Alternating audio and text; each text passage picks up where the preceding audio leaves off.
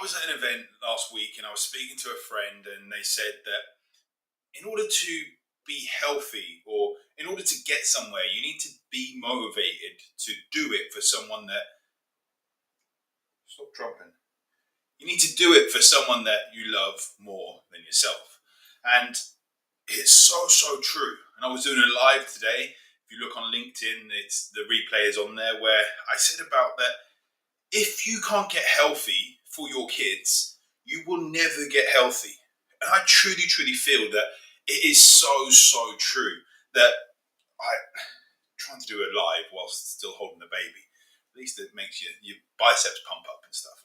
Um, it's so true, right? That I hear it so many times that I don't have time to get healthy, or I go to a restaurant with my kids and they left their food, so I have to eat it, or I can't go to the gym because I'm looking after my kids. All these things, and we use our kids so much as an excuse. And why are they the excuse? If we actually look, they should be the reason that we want to improve our health, that we want to make sure that we've got enough energy so we're not reactive, so we're growing old to see them grow old, so we can see our grandkids and all these things. And I don't know if you guys have been following me for long, but if you know my story, I was 15 when my dad died. Now, I looked up to this guy, Trevor. He was my idol. He was my role model. He was the guy that worked hard, that people looked up to, that people saw as a leader. He was the manager of caravan parks here in the UK, and he would be headhunted for different parks and all these things. And a week before he died, he said, "This job is going to kill me." A week before he died. And that's really, it hits home because he was suffering from stress. He was the guy that he was having migraines and he was working. He wanted to retire. What's the matter with you? He wanted to retire at 55. And because of that, he ended up dying at 47. He went on a course. He ended up that he went on a course and right, hold still. He went on a course and he had a migraine. He ended up going into hospital. So what happened was he then had a stroke and we had to turn off his life support machine on the Saturday. It was the 28th of July. So when I get into the month of July, it always hits home that I started the school holidays with a dad and went back to school without a dad, which was a really crazy thing to have happen. That why can't we use these little kids, our children, these little lives that we have to say, look, we have no choice but to get healthy. Your kids will copy what you do. To be fair, they'll copy what you say as well. But when they grow old, they become a sponge. That I see my niece and my nephew, and they do so many things that remind me of my sister and my brother-in-law. You'll have your own kids that they just copy everything you do. I work with clients all over the world, and there's a very recurring theme that I see when people say, my kids don't eat vegetables. Have you got any tips to eat vegetables? And I say, well, what do you eat?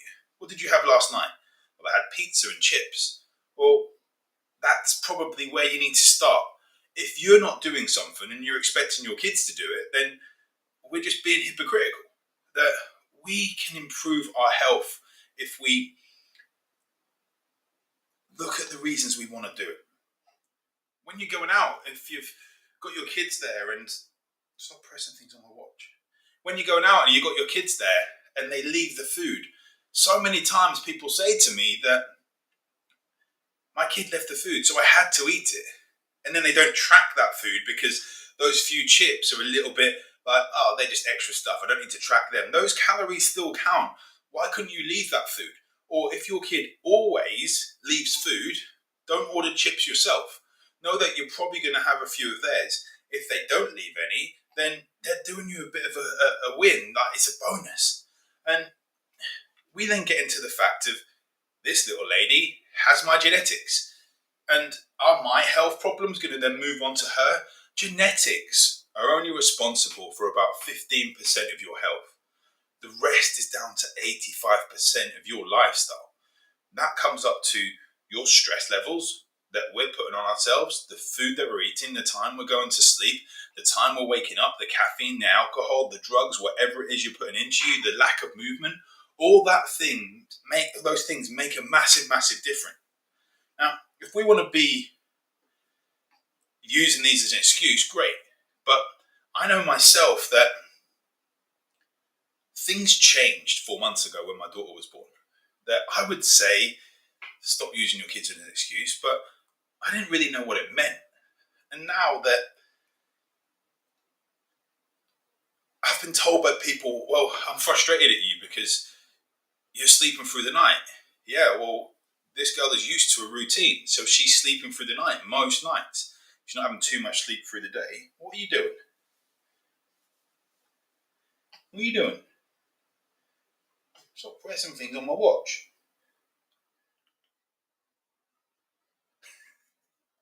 I completely lost track of where I was now. People expect things to be hard, and they say they can't work out. People tell me they haven't got time to get healthy before I've even told them that how long it's going to take. But your genetics, your poor energy, your low patience, you're always reacting. It's not your genetics that have just made you less resilient to stress. It's your decisions that you've had, your hormones, your gut health, your poor blood sugar management, your sleep debt, your poor choices when it comes to food. Now, if you are thinking you haven't got the time to get healthy, have a look at the food that you've eaten. Have a look at, you have to eat. So what choices are you making with food? You have to drink. So are you drinking sugar, or are you drinking alcohol, or are you drinking water? Are you hydrated? All these things. Time is tight, but it's not the issue. It's prioritizing your health. I see people that are networking left, right, and center that just aren't prioritizing their health. This really hasn't gone the way I was going to. It's gone to plan. I'm using my kid as excuses for a really, really poor life here. I'm going to go away and I'm going to structure the live a bit better with my notes. And I'm going to make sure that she's not on this one right now. And I don't know if you can hear, but stop trumping. Yes, you, stop trumping.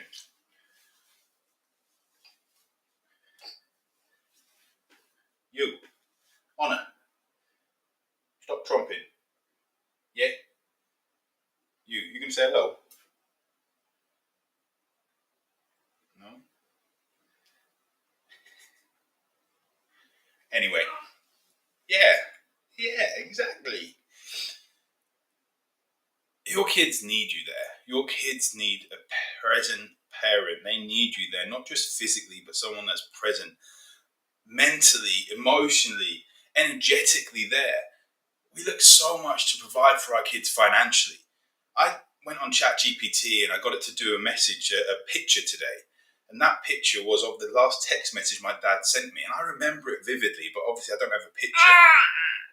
Yeah, exactly.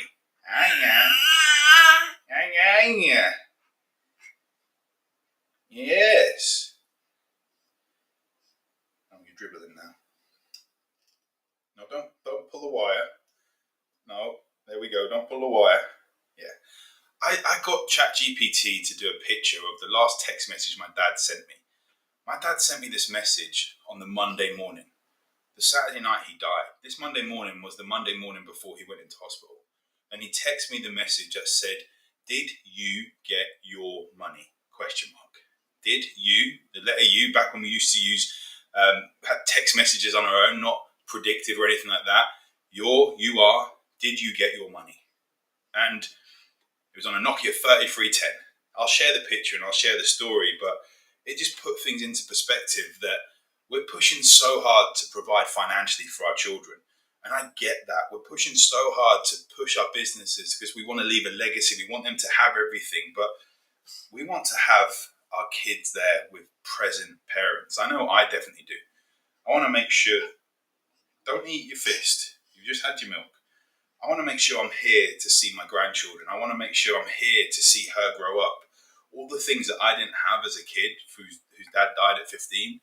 And part of that is making sure that health is not an option anymore. I can't have any excuses. I need to be healthy. So make of that what you will. If you need support with your health, then drop me a message. I always say test, not guess. And we can use my one method where we look at the first thing, one method, own it, nourish it, elevate it. And we own where we are right now. If we own where we are right now, if we investigate and actually see what is actually going on, we can then start to nourish it. We can get the right foods in there. We can improve our digestion. We can improve our hormones. Oh, you got some. There's stuff coming out. On that note, drop me a message if you need any support with your health.